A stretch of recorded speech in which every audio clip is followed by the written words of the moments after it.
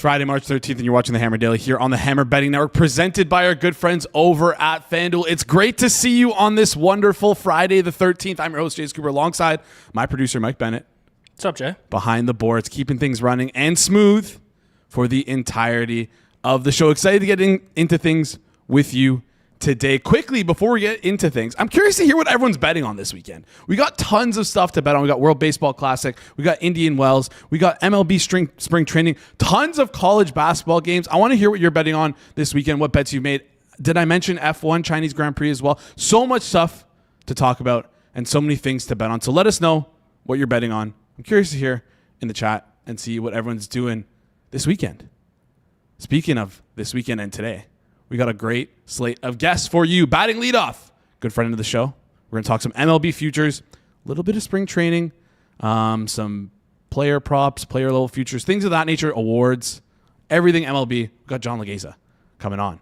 Batting leadoff. After that, we got Matt Winick coming on to close out the show. He's been absolutely crushing college basketball with us here this year so far. It's been great. Huge call out on Idaho. A huge call out on Idaho. Great stuff there from him. Going through the Power 5 conferences, talking through, the remaining games there. 3 of the 5 tournaments are in the quarterfinals. SEC and Big Ten will talk a little bit more about those. There's a little bit of larger field left over. Then we're going to go through every single mid-major, and we're going to say bet or pass. He's going to talk through every single bet he likes for the mid-major tournaments that are still remaining. See if there's any bets he likes remaining. Futures bets, games, tons of that stuff. For those who have been keeping up, today's a very important day for me. Today's also a very important day for Corby. Oh, we got the United States. I was like, wait, what? Taking on Canada in the World Baseball Classic. It feels like it's me versus the chat, too, because our audience is so American. Yes. I mean, Derek in the chat, I think Canada is live tonight. I think so, too. Absolutely. I think so, too. We'll get into that towards the end of the show because I have a couple stuff that I want to talk about. Odds that Corby does not watch the game until like the 8th inning. I bet you he doesn't even watch the game at all. I'm actually willing to bet good money that he's not going to watch the game at all. But listen, here's the bet for those who don't know. Spread. Me versus Corby. I got Canada plus 4.5. He's got the U.S. minus 4.5. And of course, he has the minus 132 on FanDuel for the U.S. to win by 4.5 runs. But the winner, they get a free roll $100 future bet on an MLB future. I picked the Jays to win the World Series. He picked the Dodgers. How funny is that?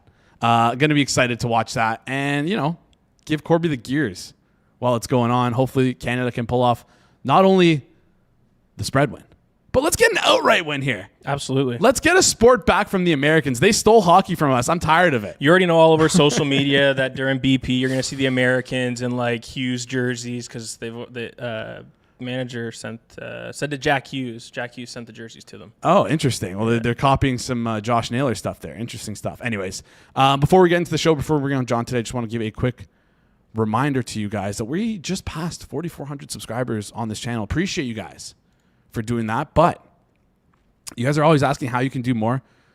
Do us a favor. If you've already subscribed to this channel, send it to your friends, send it to those group chats. And if you haven't already, watch this show and hopefully we've earned your subscription. A lot of people like this show. If you're not subscribed, do us a favor, hit that subscribe button. We're trying to get our way to 5,000 subscribers. Hopefully we can do that before the start of football season. 600 more to go. So whether it be sharing with your friends, sharing with your group chats, or if it's just, stealing your girlfriend's phone, your wife's phone, your mother's phone, taking it, clicking that subscribe button goes a long way here. Appreciate you guys. All right. Let's get into the swing of things for no pun intended today. I actually did not intend that. Wow, look at that. He's an MLB and NFL modeler and a writer. He's the host of Cork Stats. Good friend of the show. Excited to bring him on. John Laghezza, how's it going, my friend? Jay Bird, host with the most. What's going on, man? That's good. I was listening to the Hammer content, and just for the record, they're entirely too hard on you, my friend.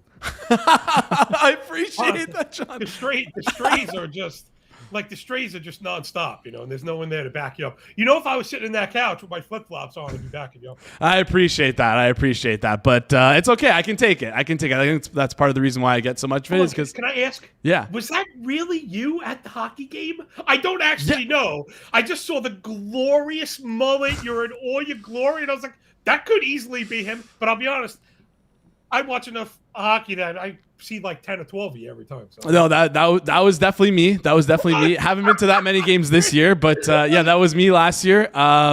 Frequent the Leafs games. Not as much anymore now that they absolutely stink. I know you don't keep up too much with hockey, but we are atrocious, John. Like, my God. I used to, man. I was a tremendous Ranger fan. Every time I have a kid, it cost me a sport. I mean, when I was little, I used to watch every Ranger game. I was a big Knicks fan, all the New York stuff.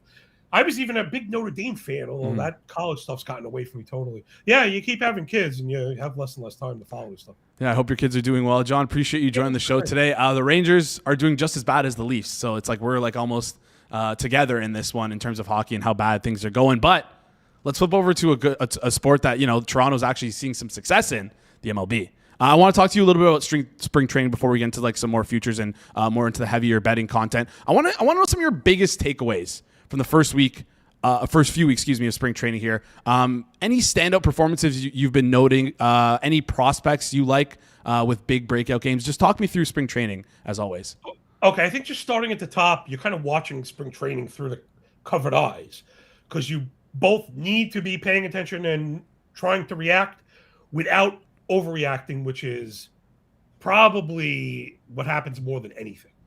So, man, it's really kind of split between hitters and pitchers. So for me, I'm not really looking for much, if anything, from hitters because it takes more time and repetitions. Obviously, we want playing time, but I'm not really too concerned with hitters. Hitting good is fine. Hitting bad is also fine. Now, pitchers is completely different because a pitcher's player trajectory can change with a minor tweak. Changing the arm angle, velocity, added a pitch, subtracted a pitch, moving on the rubber. Like sometimes the smallest thing can make the biggest difference. So pitching, I'm actually looking a bit more through a granular lens. Though again, same like velocity, we saw it with Strider. One outing, don't overreact. We also need to be looking at what Jacob deGrom and the Rangers did, something I wrote about at The Athletic for the nerds out there about velocity bands. Listen, we want guys varying fastball velocities. We don't want them pushing near the max all the time. So when you see a little stepped out in velo, that might be a good thing. DeGrom telegraphed that and got 30 starts out of it. So we know these are all copycat leagues. You're going to see other teams do that. Do we want Strider sitting 94? No. But he came out through 96. He's probably going to be fine. So we're looking for pitchers that are shoving and then the standouts. Because again, if you're out there, your velo is good and you're looking sharp, no, it doesn't mean you're going to have a great season. But I like to equate spring training production from pitchers with health. It just means he's healthy. And when you think about that, think about all the guys that have gone down already with health, then it's wheels up. So guys like, man, Mick Abel, I'm a big honk for former first rounders. I think it takes time, right? Hashtag MLB is hard, Jason. Remember that one. You got to give them time to mature, off seasons, routines, and then whether or not the organizations even be good at developing them. So whenever I see first round guys starting to piece it together, my antennas just come shooting out of my big head, man. You know, Abel, Andrew Painter. And when you get a pitcher that can automatically become a middle to front line rotation guy, that's 20% of the outings. This guy's giving you a real chance to win. We all speak in terms of betting. That's the difference between an SP5, you know, Bryce Elder on the Braves. They don't really have that depth. He's going to be a plus 140 starter, where a guy like Painter is going to get you near even against almost anybody. So, yeah, a couple standouts. Keep an eye on the youngsters, guys who look good and shoving right now. All right, if you had to pick one name starting pitcher-wise who you've like sort of circled on, I know you mentioned Mick Abel, I know you mentioned Andrew Painter, but maybe not like a former first-round guy, maybe a guy who's kind of been established but has maybe taken the next step. Is there someone you're looking at who's like ready to take that next step? Older and next step, guys I really like. I mean, I don't know if is there another step for a guy like Chris Sale, who we're going to talk some awards. I think he's as good as literally anybody on a per inning basis. He's old. They're a winning team. They're not looking to save this guy. They're going to roll him till the wheels fall off. And it was a rib injury last year. You know, I'm very acutely aware of injuries, but it wasn't an arm injury. So a guy like that, I mean, is it really a step up? But if he's going at 15-1 to win the Cy Young, not everyone sees him in the same light that I do. Though when we talk about pitchers, there's really a kind of select few elite at the top, and then after that. But again, to what I was saying with pitchers, it's not even so much young or old. It's who's out there and making adjustments. It sounds kind of stupid, but these guys get millions of dollars. They don't always do it. Who's featuring their better pitchers? Who's pulling back on poor pitchers? Who's making adjustments in their week split, whether it be lefties or righties and all that? So it's really all about paying attention. No, Chris Sale, I love that answer because like last year, again, I feel like his production last year was knocked because of his injury, and I think people are thinking about him. Oh, he got injured last year. He might be set back, but like you mentioned, rib injury shouldn't really hurt him too much coming in to this year. Let's talk some futures. Let's table the player level stuff just for a second here. I want to talk some team level futures to win the World Series. We see the Dodgers listed as the heavy favorite. The MLB's version of the dark side. Nobody really likes them. We kind of all want them to lose. They're plus 230 to win the World Series, plus 115-ish to win the NL. I'm not interested in the NL though. I don't want to talk about the Dodgers. I want to talk about the AL. Let's talk about our Yankees. Your Yankees. Let's talk about my Blue Jays. Who do you like at current odds to win the AL? As it stands right now. Okay, AL, yeah. I mean, NL really just feels like a play against the Dodgers. I think there probably is a world that you could, balance out a few bets. You and I used to talk about balancing futures tickets all the time. You don't over leverage yourself, take your play, divvy it up. I don't think it's unplayable because, again, once you get into the playoffs, it's really anybody's game. Yes. Will the Dodgers stay healthy? So American League. I'm seeing Yankees now. Remember, everybody, of course, Hammer Network means prioritizing price shopping. I'm just looking at one book, but always make sure you get the best line. You need, Jay, right? It's more about what are the attributes of the teams that are going to get us there. So I think frontline pitching is it.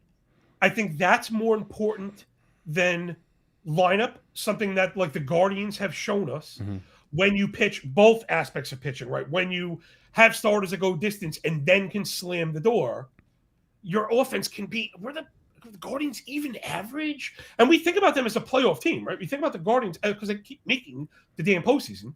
So they are a playoff-type team. But their offense, outside of J-Ram, is not great. And even him, he's a fantastic player. But he's not the type of, juggernaut you think of. So I think we should be putting offense on the back burner. Yankees – pitching is good. I worry about health. Offense is good. I worry about depth. Bullpen should be very, very good. I would not touch the Yankees at plus 450. You got the Blue Jays plus 650. Also, you know what? Let me back up half a step. The other aspect, the attribute we're looking for are teams that are going to add at the All-Star break. I think when we're bullish, right, when we're pro teams, when we're looking for wins, most of these teams are going to be, if not aggressive, at least open to adding. I know this wasn't the question, but it is a rake I've stepped on, and maybe I can help one person out there with this. Be careful going over on bad teams. And it's that same point, Jay. I've been over on the Marlins, and they've been ahead of pace for win totals going into the break. But they're still 15 games out of the division and sell off everything that's not nailed down, namely relievers, which bring back a disproportionate, return. And that's what gets you wins. So I've ended up losing – I don't really do that anymore. I know that, again, that's not really this conversation because everyone should be bullish. Toronto, I think, has been aggressive. And, Bieber is going to come back. They're already talking about postseason and stretching out Yesavage. Bad news on Berrios right now. He was an inning eater. Right now, I'd be a little bit bearish on futures for the Blue Jays. And it's not because I'm a Yankee fan, and it's not because I don't like them. Jay, I think we'll get a better price in a month or two. I think if they come out of, and I think that's another lens you want to be looking at, the teams at the top of the board. Now that the opposite is for the teams at the bottom. So I wouldn't bet anybody, even if I like them, to start at 7 or worse, because I think if they lose a few games out of the box, the market is going to overreact. Who do I think has double-digit odds that checks all the boxes? Maybe the Orioles, Jay, right? The pitching, I think, is better than people think. They've also shown that they're aggressive. The offense is crazy. The bullpen is good. I think they'll add. So if I had to take one longer shot, because I don't really think a long shot is going to win the pennant, I think the Orioles are right there in the mid. They were really disappointing. So I think people are a little bit sour on them. They come out and the offense does what we all think they can do. And they also have a lot of young pieces waiting that they could bring back MLB ready talent right now. Guys like Keston Herstad, former first rounder. I wasn't going to stop there. He could bring you back an arm and a reliever, maybe both. Who knows? Baltimore also showed their ability to identify arm talent, I had to take a big fat L on my big fat head and nose, right? L for love. Remember that one, Jay? When they brought in Trevor Rogers for Kyle Stowers, who I love, but I was scoffing. Trevor Rogers is not that good. Well, I'm kind of looking like an idiot right now because he looks amazing. And that's another way that we could use spring training. Not to say to confirm priors, but does it build on trajectory, that T word? Rogers was great. He made adjustments. Velo is there. He comes back out, and all that stuff is still there, and he looks great. So, yeah, Baltimore's probably my mid-range team. All right, we're looking at Baltimore to win the AL East right now on FanDuel, plus 850, but shop around. You can get a better price elsewhere. You discussed a little bit about betting on the league's worst record. You kind of pitched that to me when we were talking pre-show. So I want to hear your pitch on who you got to be in the basement for the MLB this season. No odds available right now on FanDuel, but I believe we'll be getting that market soon enough. So keep your eyes peeled close to it. So tell us what team you like and what price you need on them to be. It is available somewhere. I won't say where, but it is available somewhere. Shop around. So these markets are a lot of fun because people overreact again to the last thing they've seen. I'll read you the live lines. Right now, we've got Rockies minus 400. That's live right now. You, of course, even though they're deservedly the favorite because they're terrible, I still don't think you should lay that juice for it. I would never lay a minus 400 future like that. That just feels absolutely insane. Crazy. Yeah, it's just crazy. That's crazy. Especially on something like this where it's like season long. Anything could happen, right? So, yeah. Yeah, and you also might have them come out, win a few games to start, where another very bad team loses out of the box, maybe loses a player or two, right? Because those are the things that we're looking for. That ripple that hits the pond and people just completely overreact. So, again, Rockies should be the favorite, but forget it. The next team, Jay, White Sox, plus 700. No way, that's wrong. Like, to me, that's objectively wrong. People are going off the last thing they saw. The White Sox in the second half last year and going into this year are not the team that they were last year. This is, I mean, it's not even like me kind of being subjective, just from like a human, roster perspective. It's a completely different team, and of course they're chock full of first rounders too. But now it's Mydroth, Montgomery, Vargas. They brought in Murakami and Hayes, Benintendi. Benintendi batting sixth instead of first makes a big difference. Shane Smith is a legit starter. I think they're going to be better than people think. They also brought in Sir Anthony Dominguez. So when we think about different phases, that's off me, the White Sox. Now there are a couple there. I got 2 ones here. St. Louis Cardinals, first of all, are 28-1 to be the worst team in the league. This one I actually bet. They're atrocious. They're absolutely atrocious. I wish I had the tweet. I won't dig and drag you on. I'm talking off as is. They didn't have a single starter with a whip below 140, a Sierra below 450, a strikeout rate, a swing strike rate in the double digits. I mean, these are statistics that are lower level, below replacement level kind of stats. Bottom tier, and didn't have a single guy do it. Plus, the offense stinks. They just got rid of Donovan, and they legit don't have a star. There was not a single star. The Cardinals, and not a bullpen guy. They got rid of Helsley. The Cardinals should not at all be 28-1. And then I got one more. The Diamondbacks are 150-1. Now, granted, they do have a legit star in Corbin Carroll. They've had guys with decent seasons like Perdomo, although it took them a million plate appearances to get there. Gallen was awful first half last year. How will he bounce back? Brandon Pfaadt is hurt right now. They're relying on Erod. Now, I do like Ryan Nelson. They have no bullpen. They're relying on Ginkel right now to close the door. He had a 7 ERA last year. Carroll already went down. Now, granted, he's a pretty good piece. But 150-1. There are only 30 teams. The Diamondbacks are objectively, we could get there and hash out all the stats. They're definitely a bottom 6 team. They're definitely a bottom 8 team. I will not put them outside of the bottom 10. They should not be 150-1. And one injury, that Carroll injury, oh my gosh. If Nelson and Carroll go down in April, they're ruined. They already showed you themselves. They got rid of Naylor. They got rid of Suarez. They're not looking to build up. I think they're looking to build down. So I love that. That's like my favorite play right now outright. Yeah, it could be a team that, again, with how poor their bullpen is, the trapdoor falls out from under you every single game where it's like, okay, their pitching has been decent, but they don't have the run support. Bullpen comes in, just sewers them 150 to 1. We're going to take a listen, minus Love 400 that. on the You love Rockies. them. Yeah. Minus 400 Rockies, hell no. 151 dart on the Diamondbacks. I'll take that any day of the week. Let's rattle through some awards quickly here. Who do you like to win the AL NL MVP at current odds? Talk me through it. Just a waste. I wouldn't bother. I mean, Right. you're betting on injury right now because it feels like a slam dunk. And either direction, if Ohtani is going to pitch, even if it costs him some plate appearances, the combination of having two like elite level players, he's a smash. It's his, with a bullet right now. An American League is probably Aaron Judge. I mean, he's the best player in the world.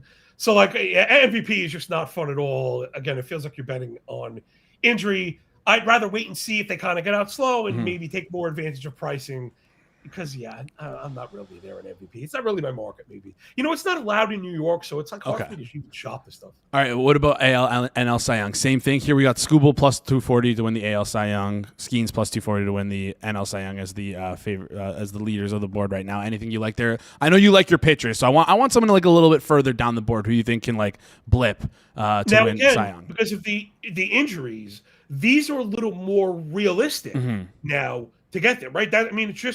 It's just what it is. These guys have a much higher rate of failure.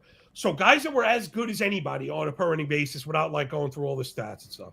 Logan Gilbert at 20 to 1 is as good as anybody on a per inning basis. And again, you need a couple things, right? Those attributes. You need to be a winning team. You need to have a history of getting innings. I don't think you could win a Cy Young with a $130. Now, Gilbert had the injury, but hopefully that's baked into the price. So he's a guy at 20 to 1 that I think could definitely get you there. Man, maybe Max Fried, because I still think voters weigh wins too much. And I actually don't think Fried, I'm a fantasy guy and like a bettor and a K-prop guy. So Fried's not as sexy as some of the other pitchers in that ilk. But, right? The big shaking butt. He pitches to contact, can get you 7-8 innings, and is on the shortest list of guys that could get you 20 wins. He's also an inning god. So if you could get 195 innings, 32 starts, what could get you? God, I hate like glazing the Yankees, but he could get you 23 wins. Just what it is. If you get lucky, right? If the pendulum, the variant pendulum swings. So yeah, I think this is a more fun market to shop for outliers because they're there. Like that's just what it is. A guy can get you all the wins in the ERA to win you the award. On the other side, I think, Sale. I love the National League. I think Sale is phenomenal. Skeens, I like the Pirates, and they're kind of a sexy dark horse pick for a lot of analysts and handicappers out there, I know. But for a guy that's attached to a team that's not a great offense, Skeens should not be plus 225. Yamamoto, I worry about him getting the starts he's going to need. Dodgers have known to kind of rest guys, both in games and across weeks.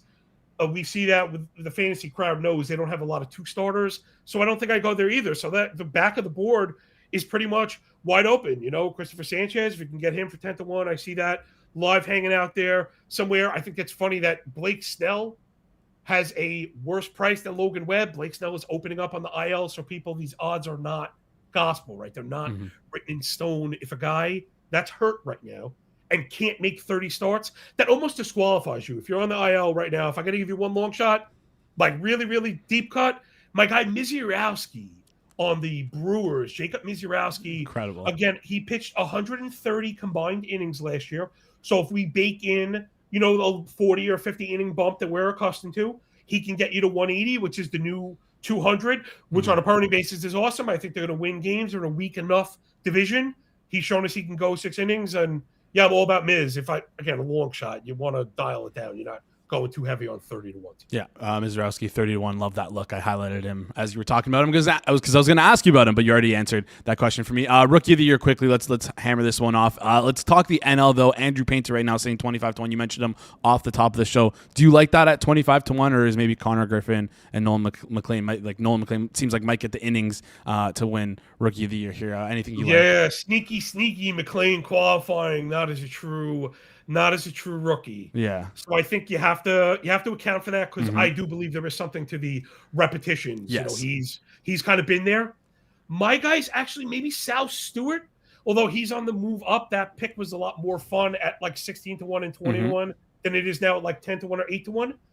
But it looks like he's going to break camp. with the team, and they're being very vocal about how much they like him and that they're going to force him into the lineup. So I think Stewart is a nice play. Man, I kind of like Weatherholt because he's getting the same kind of love, but I don't know if the Cardinals are going to be good enough. I guess that protects his playing time. Outside of that, it's Painter for the long shot. Oh, maybe another one next to him would be Rhett Lauder, former first-round pick for the Reds. Reds have injuries in the starting staff, and they have other injury concerns. But now with Hunter Green out, they're looking to compete. Lauder looks fantastic in camp, and I think they're going to roll with him. So if you're getting a guy that, man, 25 starts from him could be tremendous. He could be on pace with a guy like McLean. And I think, to our point about pricing, Jay, if they come out and they're comparable through 5 or 6 starts, those prices are going to be very close. So Lauder from a CLV standpoint is probably a mispriced. If he's going to actually get there, I don't know, but I think the price, he won't be 25 to 1 6 weeks from now. Yeah, no, that's almost the theme of this show is we like taking these long shot bets that will definitely come down as we get closer to these awards getting handed out, but we'll eventually lose. We love getting left at the altar. We love the second place. Prediction markets, man. Now you may actually be able to flip these shares. This is something you and I used to dream about this years ago because we would brag about, man, we're ahead of all these games with the model and the CLV, but it doesn't always come to fruition. We all know that. CLV will usually and generally lead you to profit over the long term, but not always. But now we kind of have this, I don't know. It's, again, I haven't seen these markets play out in real time because they're new.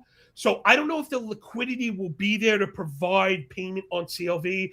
Would be interesting to see. I'll be watching for that in real time as the season's going on. Yeah. Especially with these futures too. I'm sure there's going to be tons of liquidity out there, especially with people trying to hedge off of some of these futures by either taking the no side or trying to get some yeses for some other players to build a bigger portfolio. Some of these guys could be cash cows, and especially if you're not a greedy gambler. Remember, the pigs eat and the hogs get slaughtered, and you're just looking to take 10% or 15%. Which, again, if you're a trader, 15% is like a massive trade. You brag about 15% trades, especially if it only takes you a couple weeks to get there. There is real potential in these markets, but again, I want to preface it with, I can't say it's going to happen because I don't know about the liquidity. Again, I know your brand, Hammer Network, you guys have the IQ of the listenership that kind of understands what we're talking about here, but you got to be careful. Don't chase it expecting, oh, man, we're going to definitely cash the CLV.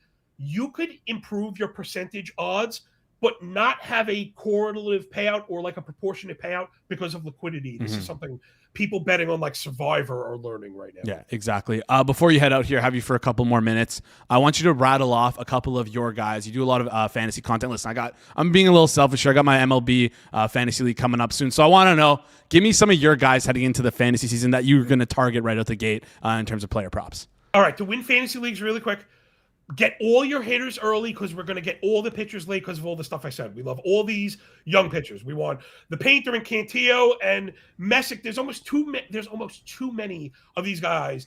Cade Cavalli is going to have a superstar year. He's another great pick, one of these long shot, Cy Young types. Just incredible on a per-inning basis. As far as my guys go, Wyatt Langford is my guy. Jackson Merrill, bounce back, my guy. And then again, a lot of young arms. I love Mizurowski. I think if Chase Burns stays healthy, he's in line for a months a year. And then just, again, all the young guys we named, because you could build your entire rotation with all of your last round picks, which then opens up, just draft all the elite hitters. Just draft all the elite hitters at ADP and then fill in with all these high impact arms that I think are on the come up. All right, awesome stuff there, John. Appreciate you joining the show. You can check him out on Twitter. Link is in the description down below. Link is on screen right there. John, appreciate you. We'll be chatting soon during the MLB season. Awesome stuff. Thanks, John. Great stuff there, as always, from John Laghezza. Bringing the heat, bringing the energy that we need on this Friday the 13th. Fun fact, number 13 is lucky for us fellow Italians. So it's going to be a good day. Get your bets in. It's going to be a good day. All right, we got Matt Winick coming on in just a second. Before we do, we got a wonderful shout out to our sponsors over at FanDuel. All right, your Friday night just got a little bit louder because NBA Happy Hour is live on FanDuel every Friday from 6 to 7:30 p.m. Eastern. FanDuel is running limited time specials to pregame your weekend. We're talking boosts, bonuses, surprises, all dropping right in the app. Here's the move. Check the app on Friday to see what the week special is. Then make your play before the shot clock expires at 7:30. You know my drill on Fridays. I finish work. I go to the gym.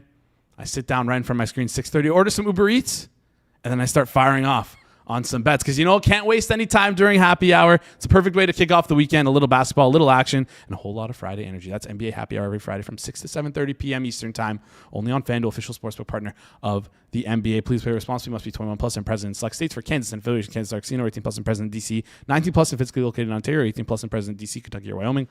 Rewards are non-withdrawable. Restrictions apply, including bonus and token expiration, leg requirements, and max wager amount. See terms at sportsbook.fanduel.com. Gambling problem? Call 1-800-GAMBLER or visit rg-help.com. Call 1-888-789-7777 or visit ccpg.org/John in Connecticut or visit mdgamblinghelp.org in Maryland. Hope is here. Visit gamblinghelp.ima.org or call 1-800-325-050 for 24/7 support in Massachusetts or call 1-877-8-HOPE-NY or text HOPE-NY in New York. Call Connex Ontario at 1-866-531-2600. Visit connexontario.ca. Quick question. When you order Uber Eats, do you tip your delivery drivers? I have no idea what you're talking about. Let's get into our next guest here. He's a college basketball analyst and a consultant. Does content at the basket under review. Matt, how's it going? Spring week for me. That's a lot of games going on, and also like games you don't know in advance. You find them out as they happen, so I can't do any prep work. It's just all as it comes. I need sleep, but I guess we sleep in May, as John Rothstein likes to say. We sleep in May. That's a crazy one. I thought maybe you get a little bit of sleep between after Sunday and maybe Monday-ish. Maybe you'll just sleep all day Monday, but no, that's when you're just firing off on the round of 64. Yeah, because that's when you got to prep for the March Madness, and of course not that many games, but you got to put extra work in. Yeah. Yes, there's no game. Maybe I'll have time at night to watch the TV or something. Oh man. Okay. All right. I need to know what is on the hopper for you to watch the second you get time. Are you just what type of TV person are you? Are you a Knights of the Seven Kingdom kind of guy? Are you no? You're a Love Is Blind. I can tell. No. I'm a mindless for the most part, mindless comedy. Parks and Rec's my favorite show. Incredible. It's a good show. Nice and simple. I turn the brain off when I go to bed, and that's when I watch TV. So nothing that's super intense and thought-provoking. All right. Makes perfect sense there. Let's flip over and talk some college basketball because, listen, everyone and their mother is talking about this Miami, Ohio team. 31-0 in the regular season. They lost to UMass in the conference tournament. We had friend of the show, Jeff Nadeau, cackling into the camera, laughing about this Miami, Ohio team. They should not be in the tournament, he says. And debate surrounding their at-large spot is really up in the air. But this was all amplified by Bruce Pearl, who I believe is whose son coaches Auburn. Nothing like a little bit of nepotism there. He started fanning the flames, saying we, as in Auburn, is more deserving of an at-large spot than Miami, Ohio. Talk to me. Should a 31-1 MAC team make it over a 500 SEC team? I know you don't really care about the pre-tournament stuff, but I feel like I have to ask you about this. No, it matters. And listen, Miami, Ohio losing was great for my Twitter engagement. So there's that. That was fun because people love to talk about it right. All I know is this. It is increasingly impossible to go apples to apples comparison with a team like Auburn and a team like Miami. Because for one, Auburn probably paid 10 times the amount for their roster than Miami did. Now that we can pay players, it's a harder comparison. Auburn played 27 power conference opponents this year. Miami famously played 0 because apparently no one would answer their calls. I partially believe that, and a little bit of me is a little skeptical. But how are we supposed to judge two teams who have a 15-loss gap in their record, but a 27-team power conference team gap in their schedule with a $10 million, $8 million, whatever dollar salary gap? It's impossible. So how are we supposed to apples for apples this? I think both teams deserve to go to Dayton in the first 4, which is literally, in the sense of the word, a play-in game, and play for it. Because we're going to learn so much about college basketball as a whole. I put out a tweet yesterday saying that I know what would happen if Auburn and Miami of Ohio played in Dayton, and immediately got 2 responses, both of which expecting a blowout for the other team. No one has any idea what's going to happen. So how do you price these games? Let's say they were to play. How would you price this game? I know you want to keep things a little closer to the chest here, but talk us through because, Miami, Ohio, they're 93rd, I think, in Ken Palm rankings. They're not really a great team in terms of, but again, the competition hasn't been there. I'm just curious to hear how you price this out. So I bet you if this did happen, Ken Palm would probably make it around Auburn -8, -9. If I had to guess, it'll probably finish around there just because there's going to be such ridiculousness on both sides. I think that Auburn would cover 8.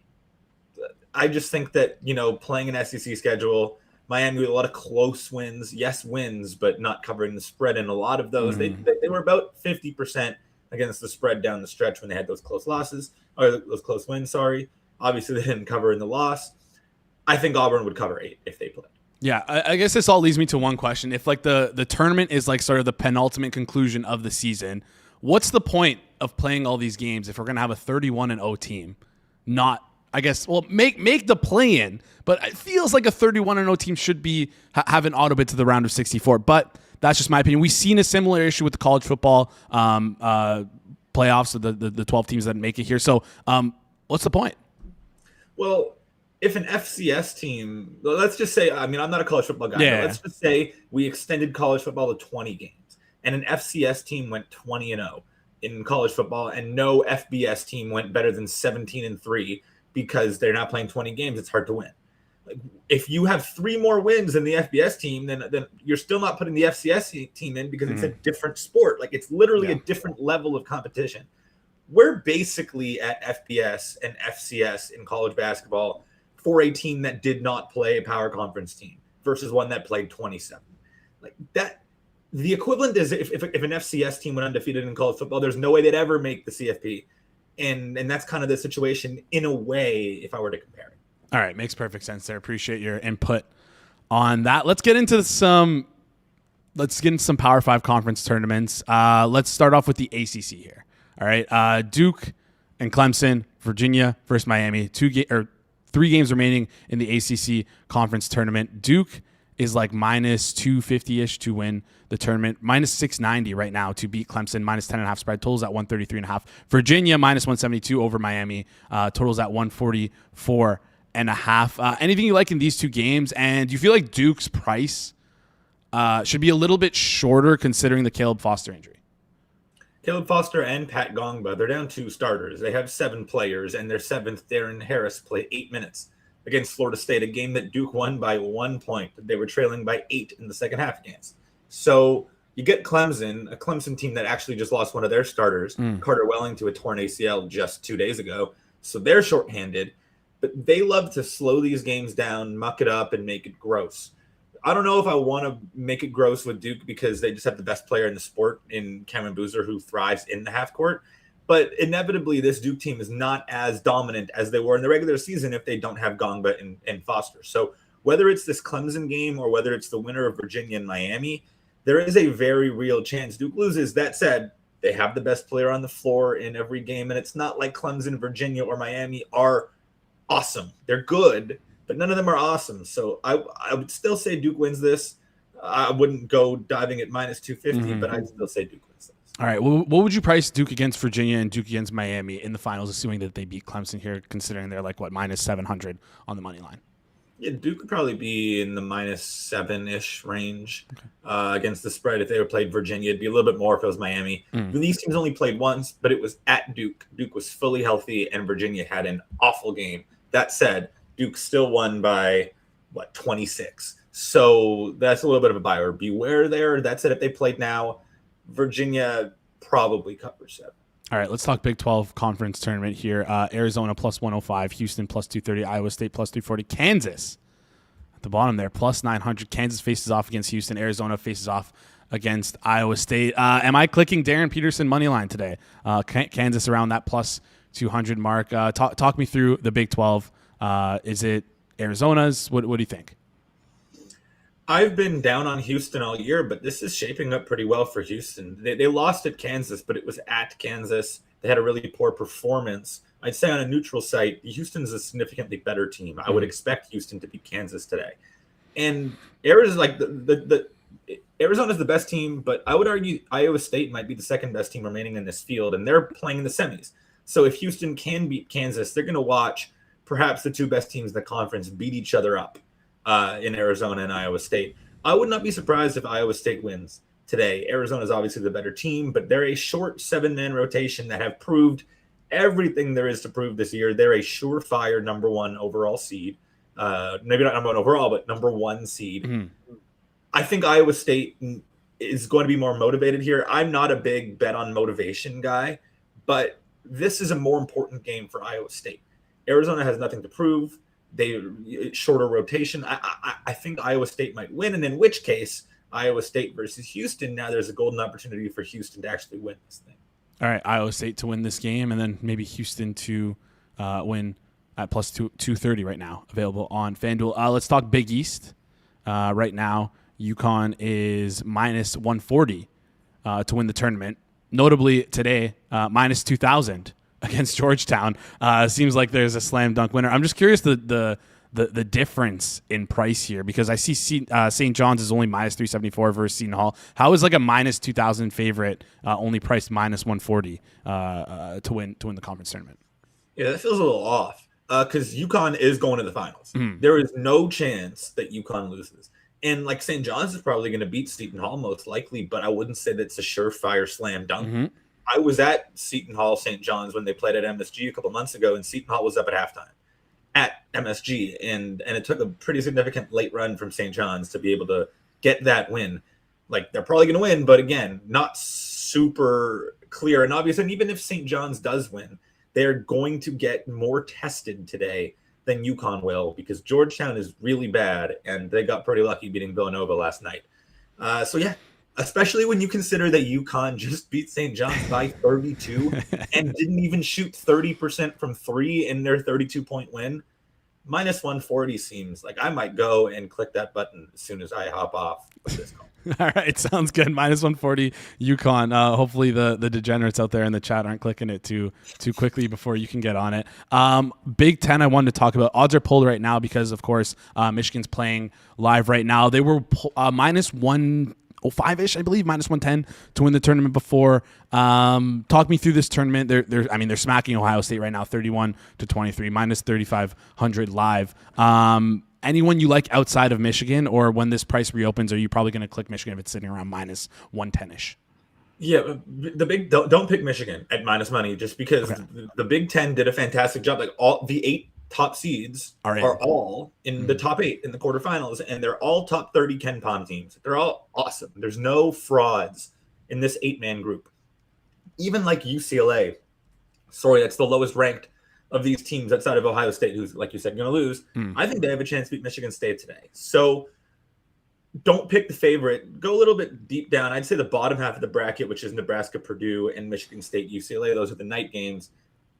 That's the inferior side of the bracket, which is either one of them has to advance to the finals or none of them have a chance in the finals. I think Illinois is the second best team in the Big Ten. The issue is they have to play Wisconsin today, which I think they win that game, but it's still not easy. And then they'd have to play Michigan. But if they can beat Wisconsin and Michigan, which unlikely but possible, they're going to win the finals because they're way better than the teams in the bottom half of the bracket. So basically, if you're pricing Illinois as a live dog against Michigan tomorrow, then I'd say there's honestly more value in betting them to win the tournament. All right, so we're looking at Illinois when those prices come back up. We're going to have to wait a little bit, though, because I believe the next game starts at 2:30. And I doubt there'll be against Illinois and Wisconsin. Yeah. Any negative effects of like Michigan State and UCLA playing at like 9 p.m. then having to play at 3:30 the next day? You'd think there was a situation like this the other day where McNeese in the Southland tournament played a triple overtime game in the nightcap. The game started at 9:30. The triple overtime game ended at like 12:45. It's insane. And then the finals was at 5 p.m. the next day. So basically the same turnaround you're looking at. And then they whooped Stephen F. Austin, who played earlier before them. It wasn't even close. Okay. These are college kids. Like, they'll go to bed, they'll wake up, they'll play a basketball game. Yeah, they're used to drinking 4 times a week and waking up and getting ready to go to class the next day at 9 a.m. So exactly, student athletes. All right, let's flip over and talk SEC here. Again, Florida minus 145. This is a tournament with obviously a bigger field remaining because of, they haven't played as many games deeper in the stretch here. Ole Miss has been on a pretty fun run. Doubt they're going to win though at 150-1. Anyone you like in the SEC tournament? I like Florida. Florida's way better than everyone else. Yeah. And that's been the case for weeks. And it's not like they're just winning games. They're winning games by 20 every time out. They only have 2 single-digit losses, I think, in their last 10 wins, and they were both Kentucky. And they play Kentucky today. So maybe Kentucky gives them a fight. I don't think Kentucky wins, and in which case Florida probably has a pretty clear path to the finals. If they get Alabama or Arkansas in the finals, neither of them play like a defense, and Florida just crushed them both. So as long as Florida can get past Kentucky and then get past the winner of Vandy, Tennessee actually does play defense. So Tennessee might be the toughest opponent they have should Tennessee beat Vanderbilt and they play tomorrow. Yeah, but if they get to the finals, they're winning. Yeah, interestingly enough, they were minus 180 earlier in the week. Now minus 145, despite not even playing a single game. That doesn't make any sense. Funny how that stuff works out. All right, next thing I want to do with you is kind of rattle through every single remaining conference tournament, every mid-major conference tournament we have remaining on the board here. A couple of them are now off the board, though. Let's start with the AAC conference tournament winner. South Florida right now is leading the way at minus 130. Tulsa's the closest second here at plus 300. Any game you like today or any futures bet you like on that tournament? I do not like the two games today, UAB Charlotte and Tulsa North Texas. This is one of those brackets where the top two seeds, Wichita and South Florida, get a bye to the semis. So they're basically two teams playing to play the top two seeds. UAB and Charlotte are both not very good, and they get South Florida tomorrow. South Florida will go to the finals. And in the other semifinal, Wichita and likely Tulsa are just going to beat the crap out of each other. This is a very clear pathway for South Florida to win so long as they play above average. All right, similar thing we see here in the Big West Conference where the first seed, UC Irvine, is playing Cal State, and then Hawaii's playing Cal State Fullerton. Games at 9 p.m. tonight and 11:30 p.m. tonight. Pretty late here. UC Irvine plus 165, Hawaii plus 195. The top two seeds look like they're going to advance. Anything you like either in those games or in this future market?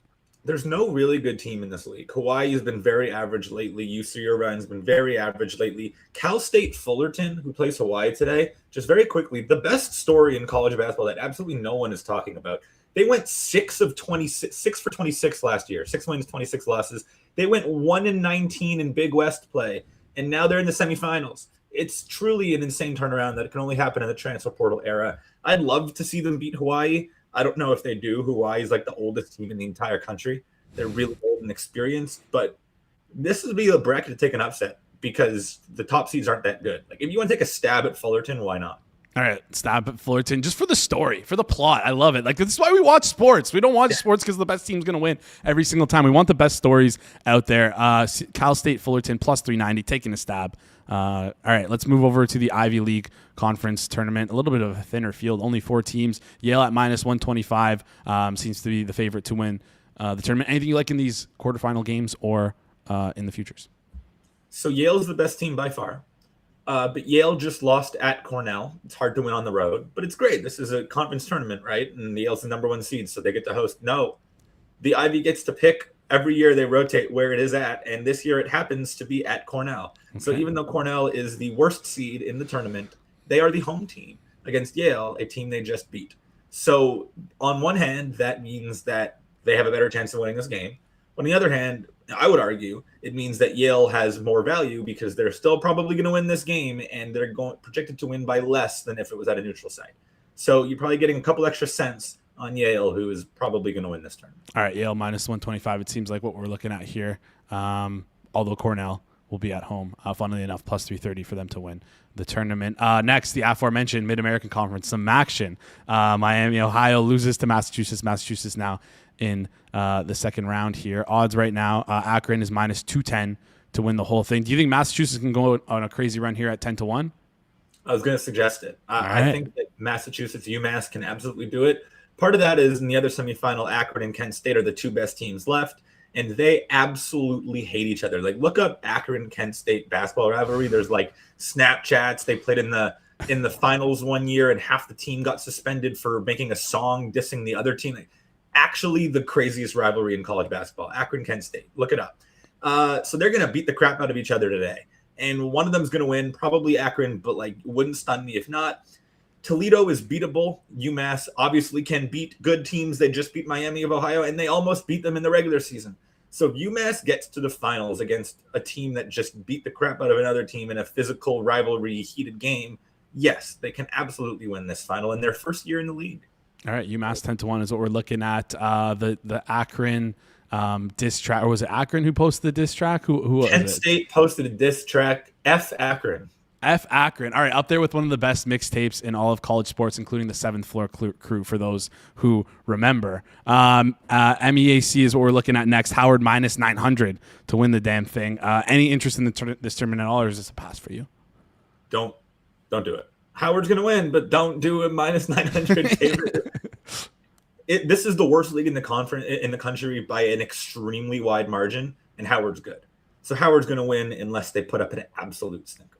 All right. Up next is the Mountain West Conference. Utah State plus 125 to win the conference here. Anything you like in terms of these games? Going live tonight at like 9:30, I think, and midnight for us East Coasters. Should be fun.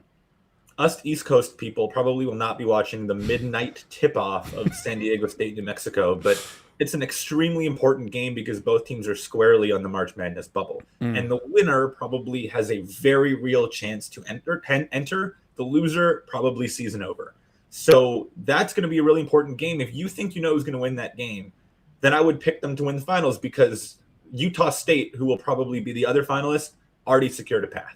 So if you know who's going to beat San Diego State, New Mexico, bet that team to win the finals. All right, San Diego State right now, plus 195 to win the Mountain West Conference. New Mexico plus 322. Conference tournaments left. The SWAC right now, Southern plus 135 to win the tournament. Anything you like here, or is this a pass? Yeah, I got nothing in the SWAC. I think you're crazy if you tell me that you know what's going to happen in the SWAC. All right, last one here is the WAC, the WAC, Utah Valley minus 115 to win the tournament. Again, is this a pass for you, or you like something here? Utah Valley. They're way better than everyone else. They're going to beat Texas Arlington. I think they're 9-point favorites tonight.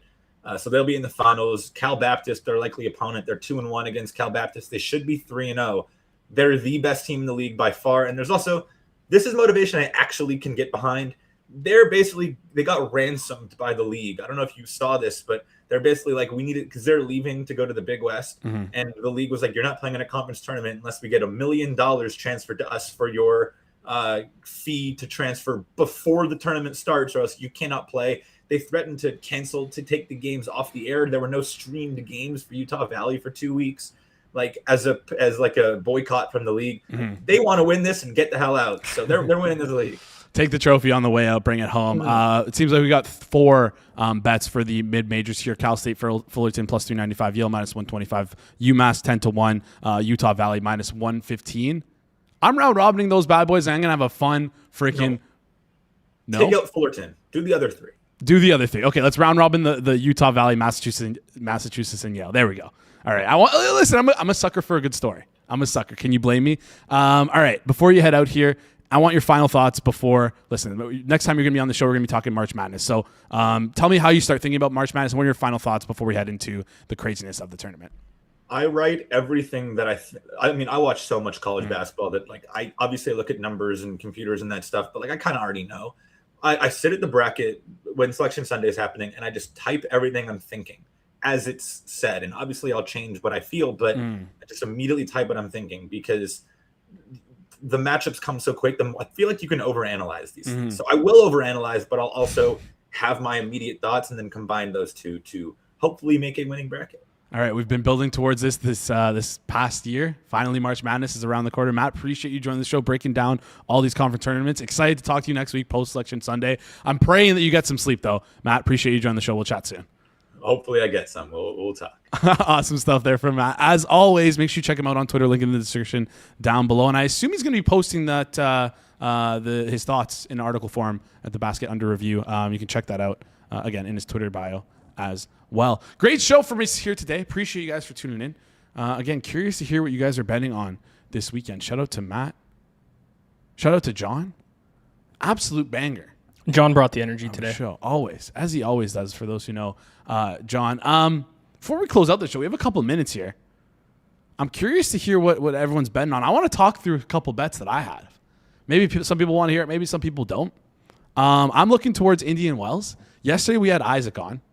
Unfortunately, bad day for us with Isaac. But I asked him about prices for winners versus center. The winners, the player to play center, and the winner of the matchup to play Alcaraz, and give us some fares. And I believe what he told us yesterday is if Zverev played center, he would price him at around minus 450 no vig odds. Well, funnily enough, priced right now on FanDuel. If we can get that, if the number's still available there, it was available before we went on the show. Zverev plus 450 right now. So I'm going to take a stab on that plus 450. Hopefully it's still available for you guys. I already did take a stab on that. Also, some World Baseball Classic stuff. USA and Canada. Very important game for me here. But I'm going to take the over 9.5 in that game. Simply enough, Canada's path to victory is to just attack the zone of these batters, which could lead to a very wide variety of what we can see in a total. I think, unfortunately, Canada's going to lose.